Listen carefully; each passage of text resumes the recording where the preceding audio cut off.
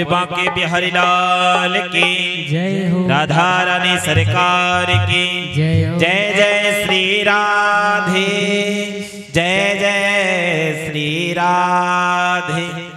तो आज भैया बड़े भाव पूर्वक गौकर्ण जी की कथा के अनुसार जितने भी श्रोता आज कथा सुने थे ना, सब उनका गुणगान करने लगे।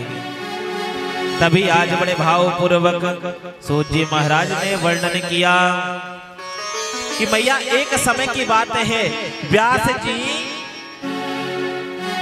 जी ने 4 वेदों की रचना की।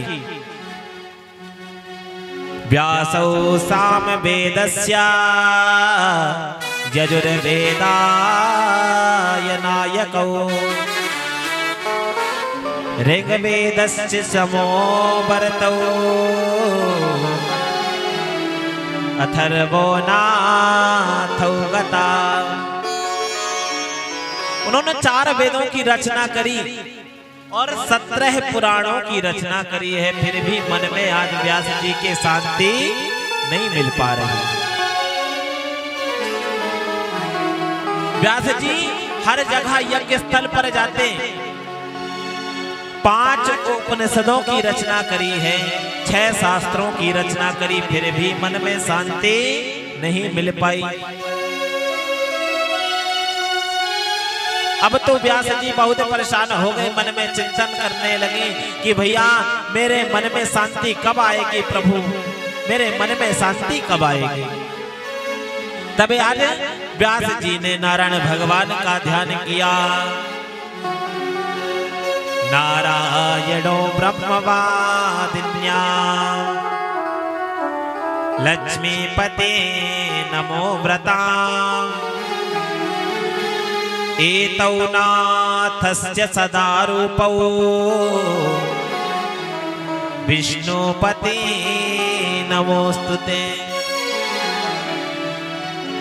जैसे ही आज ध्यान किया, कहने लगा नाथ अब तो मेरे मन में शांति नहीं हो रही, मुझे क्या करना चाहिए। तब आज भैया आकाशवाणी हुई कि श्रीमद्भागवतौ कथो ग्रंथा विप्रनाथ शांता ही। जैसे आप श्रीमद्भागवत कथा की रचना करोगे तुरंत आपके मन में शांति आ जाएगी। सुंदर आज बड़े भाव पूर्वक जो है व्यास जी महाराज भागवत कथा आज रचने लगे और गणेश जी को बुलाया है। विघ्नेश्वराय वरदाय सदा प्रियाय विघ्नेश्वराय वरदाय सदा प्रियाय लंबोदराय सकला जगद्धिताय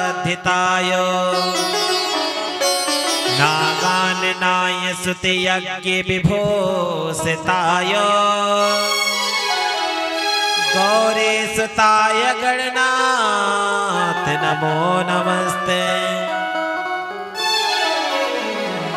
तो मैया जैसे ही आज गणेश भगवान को ध्यान किया गया, गणेश भगवान उपस्थित हुए हैं।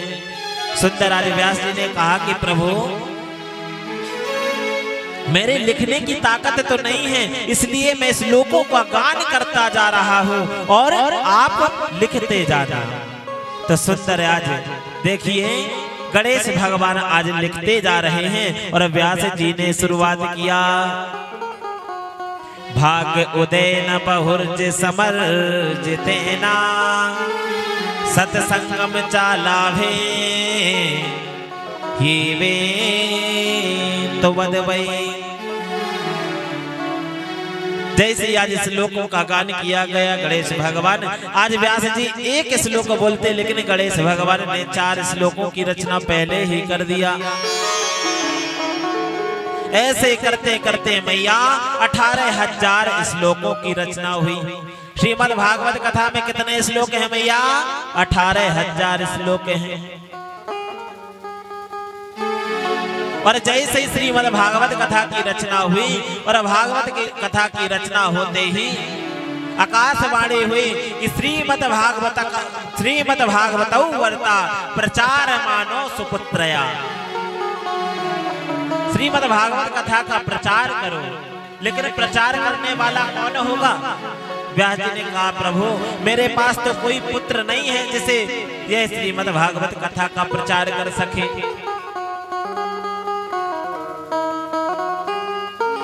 मेरे पास कोई पुत्र नहीं जिसे मैं दे दूं तो यह भागवत कथा का प्रचार कर सके।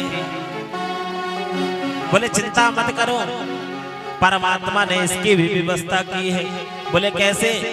बोले नारद जी आते होंगे तो मैया एक बार की बात है, व्यास जी ने बखान किया कि जहां खूब लड़ाई होती हो और नारद जी का अगर आगमन हो जावे तो वह लड़ाई हमेशा के लिए बंद हो जाती है, और जहां कभी लड़ाई ना होती हो और नारद जी पहुंच जावे ना तो लड़ाइयां चालू हो जाती हैं। लेकिन मैया तब के नारद में और आपके नारद में कौड़ी मोहर का फर्क है। जो देव ऋषि नारद थे जहां लड़ाइयां होती थी पहुंच जावे तो हमेशा के लिए लड़ाई बंद हो जाती थी, और जहां कभी लड़ाइयां ना होवे और नारद जी पहुंच जावे तो लड़ाइयां चालू कर देते थे। और कलयुग का नारद कैसा है मैया?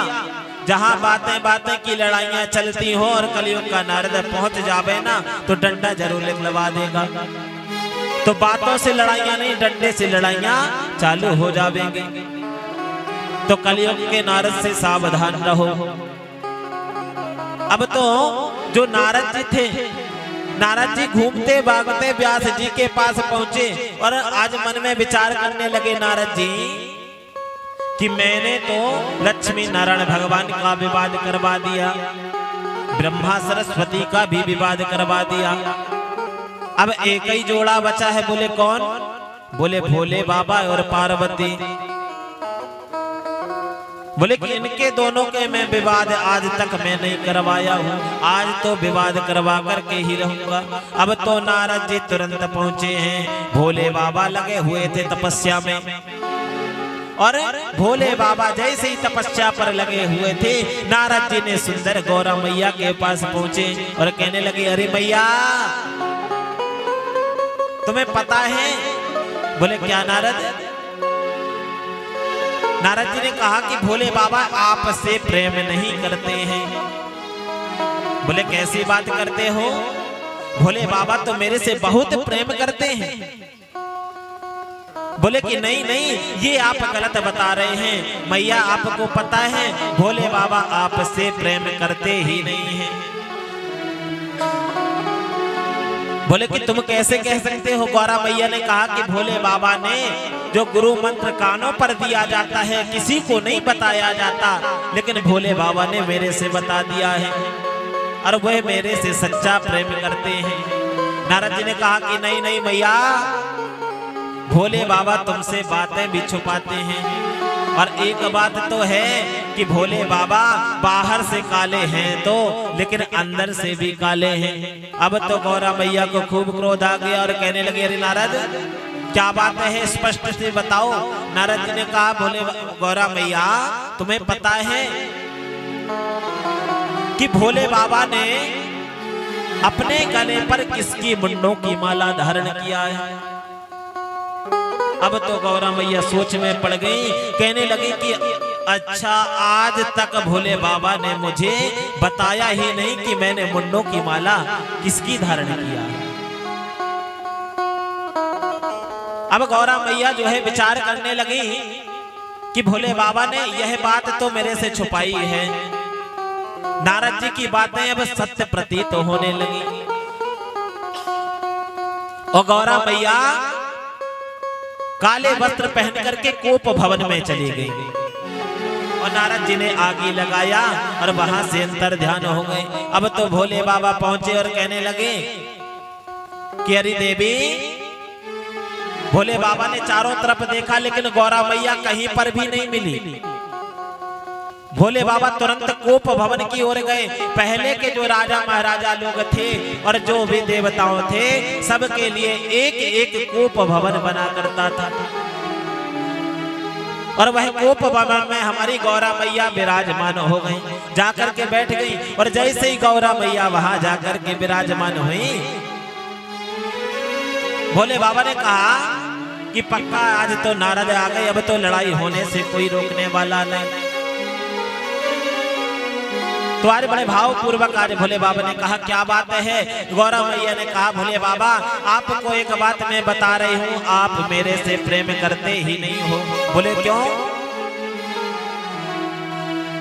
बोले कि आज तक आपने मुझे एक बात नहीं बताई है कि यह मुन्नों की माला आप किसकी धारण किए हुए हो। ये तो नारद जी ने मुझे अभी बताया, नहीं तो आज तक मुझे पता ही नहीं था। भोले बाबा ने कहा री देवी तुझे पता नहीं, यही सच्चा प्रतीक है कि मैं तेरे से सच्चा प्रेम करता हूँ, इसीलिए